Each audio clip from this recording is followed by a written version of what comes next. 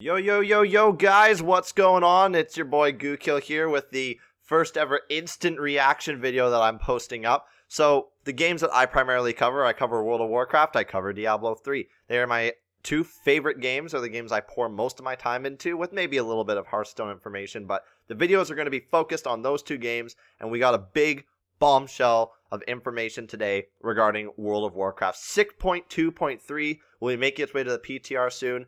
This is coming out of left field, especially considering that BlizzCon is only a couple of weeks away. And I mean, what is going on here? Why now is Blizzard coming out with all of this information and not waiting a couple weeks? Perhaps they've heard the criticisms that they're not releasing enough information after Legion, but this time period just, it seems really, really wonky to come out with something when they could have waited a couple weeks. But hey, I digress. At the same time, it's great to get some more information. Let's talk about some of this new stuff that I think is actually putting the game in a direction that it so very desperately needs to go. So let's talk about the first new feature that they're going to be adding in. I shouldn't say it's a new feature. Time walking has been around for a couple of months now. It's gotten a lot of great feedback, so much so that they've actually incorporated rewards into the time walking system. This is great because it actually gives players incentive to want to run these old dungeons, but with a up-to-date difficulty, because you're getting your item level scaled down. So it's something new to do. It's something that you can't do all the time. And then it also gives you incentive with the cosmetic rewards so that you don't feel like you have to do it because you're missing out on some super awesome gear. You don't feel like you have to do it because it's affecting your raid progression. It's just a nice, awesome side thing to do with some awesome cosmetic rewards. They are going to be adding in 6 iconic dungeons from Cataclysm. Oh, I love this because I loved Cataclysm 5-man dungeons. I'm very curious to see if they are going to be the post-nerf versions of the Cataclysm dungeons. If you guys remember when they made the nerf initially, the dungeons went from being very, very difficult to very, very, very easy very, very quickly. So I'm curious to see if they're going to stay in that direction or if they're actually going to give us the pre-nerf versions of these dungeons to actually remind players of what it was like to have difficult 5-man dungeons. I mean, it existed once, and this would be a great avenue for them to be able to test out that difficult content. You can maybe even add some more incentive with some extra currency for doing one of those Cataclysm dungeons. At the end of the day, I think they're going to go with the post-nerf route, but I still think it would be something great for Blizzard to experiment with. To round everything out for time walking, they'll be adding Pit of Sauron and Magister's Terrace, two favorites from Burning Crusade and Wrath of the Lich King. Pit of Sauron is one of those ones that has a soft spot for me. I remember staying up, I think, for 20 hours straight, running 5-mans in the LFD when patch 3.3 came out, so I can't wait to get a little bit of a nostalgia trip doing that stuff. And Magister's Terrace is a huge favorite for anybody that played that during Burning Crusade. And it's actually very fun to go back and run through if you're doing mount farming of that sort. So one of the biggest insights here is that the developers have realized that rewards involving time walking dungeons are good.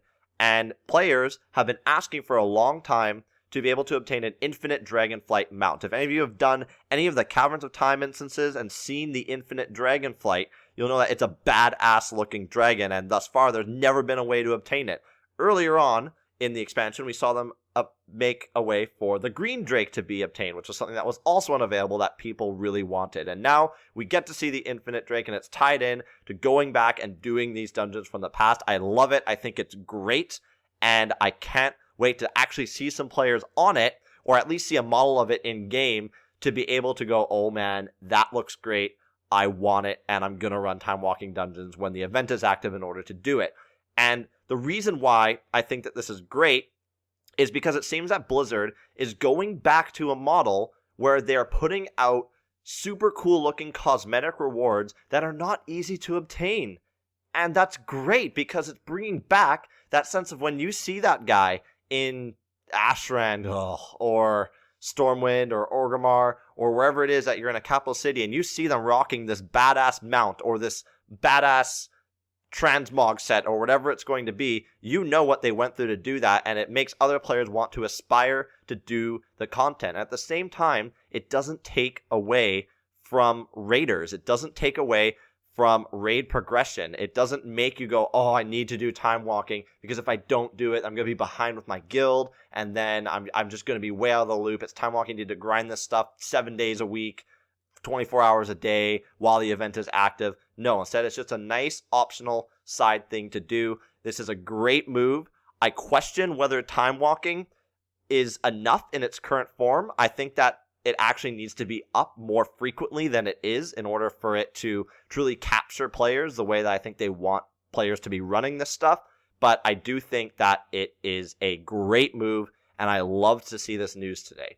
They are adding in cross-realm mythic raiding. I think that this was an actual natural thing to go to, considering that it appears with this patch, they've essentially admitted that we're going to have another 6 to 7 months of this patch tier of having 6.2 Hellfire Citadel rating. So at the end of the day, I think they've admitted that people are going to likely unsubscribe from the game, and when that happens, that makes your servers not be as populated. So if you're somebody that's wants to raid, hey, you know what, I joined this expansion kind of late, but I want to get into raiding because Legion looks awesome, and I want to get gear, and I want to feel that experience of raiding at a top tier level. Well, if you go join a server that doesn't have a lot of people, you're going to have a hard time finding a raid group in order to do that difficult content. So making it cross-realm is just natural, and I think it's a good move. It's going to do nothing but good for the game. I just hope that we aren't exposed to really, really bad pugs, but hey, I guess that is something that always happens when you're dealing with random people. Valor points are back, and I could not be happier about it except for one little thing, and that is upgrading gear. I hated upgrading gear in Mists of Pandaria. I thought it was a really crappy system, to be honest with you, that this affects rating directly. It affects, hey, do you have this piece of gear upgraded to the maximum point? And if you don't, well then, hey, I'm going to look at you differently because this guy has it.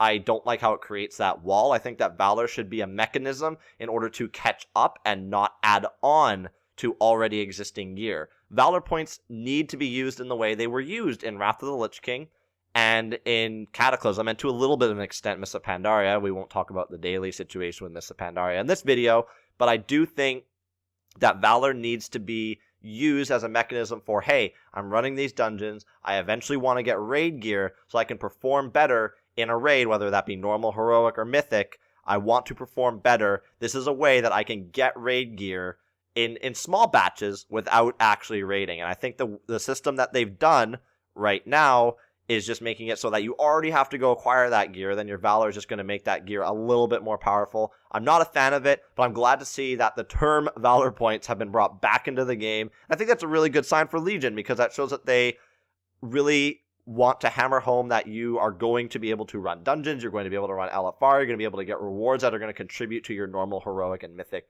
raiding experience. The next section here to talk about is the Moose mount, which everybody was super, super mad that the Moose mount, when it was initially shown, was going to be a store mount. And now we see that that is not going to be the case.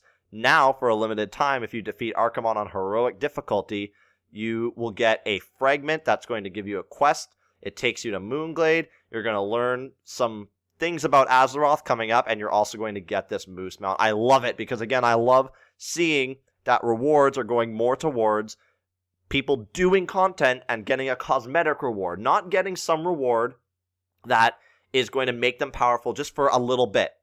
This mount is now only available to people who can kill Archimonde on heroic difficulty. Sure, that's going to do things like drive up the price of carries, but at the same time, it adds that extra factor of I need to get this content done. I want to do it. I want to get it done before the expansion comes to an end. I want to raid. And why they ever went away from this model, because I thought it worked great in Mists of Pandaria, having the mount attached to the, I think it was normal and heroic at the time, but there was a mount attached to it. And then now if you have had that mount, you know that you killed that boss at the time it was relevant. I think it's great because right now there's a lot of complaint that all you do in Warcraft is cycle through raids and gear, and then the next expansion comes out, and that is irrelevant. The fact that they are now putting rewards back into the game that are exclusive, that you can say, I did this content when it was relevant, and now this is kind of part of my character's legacy, which again, the key part of an RPG is improving your character, making it more exclusive, cooler looking, etc., etc. The fact that they're bringing that back and saying, yeah, you know what? I get it. You joined the game 2 years too late, but that kind of sucks, dude. You're not going to get that mount no matter how much you want it. I think that's great. I haven't actually checked the forums yet to see if people are raging about the fact that now this moose mount is not going to be available through the store, which is going to make it easy to get. I don't know, but I think that, we hear a lot about players that want exclusive content and difficult content, and we want to go back to vanilla and BC because they were the best days, man. And then when they release that content, there's another wave of people that come back saying, it's not fair. I don't have time to do that. I'm not skilled enough to get that reward. I pay $15 US a month. I should be able to have access to the same stuff. So at the end of the day, I think that this type of reward model is infinitely better for the game, and it's infinitely better for us as players to actually want to do this content. The last bit here that is to talk about, at least PvE wise, is bigger, better item rewards. They are buffing the item level of gear that you will be able to get in mythic dungeons, buffing them up to 725, and people who get baleful items from the Tanan jungle are now going to be buffed up to 695. Players in mythic dungeons will also have a chance to loot a new heirloom trinket that will scale to level 110. Now, why do I think this is good? I think this is good because A, incentive to run content before Legion comes out. You have a chance to get a trinket that you could use throughout your entire Legion leveling experience. That's good incentive for somebody who's playing the game right this very second, who maybe has cleared Heroic Archimon and is going, yeah, you know what, I'm not really into, seeing the, okay, cool, Moose Mount. I'll kill Archimon once, and I'm not going to have anything to do again. Well, hey, here's something to do. You can do Mythic Dungeons until you get that trinket. It's something to do, and it benefits your character in the long term. I think that the Baleful item and Mythic Dungeon item boost, I think it's good because Blizzard is clearly trying to get people to participate in Hellfire Citadel because, hey, it's going to exist, guys, for at least another 6 to 7 months, probably. We're probably not looking at Legion until spring or, dare I say, summer.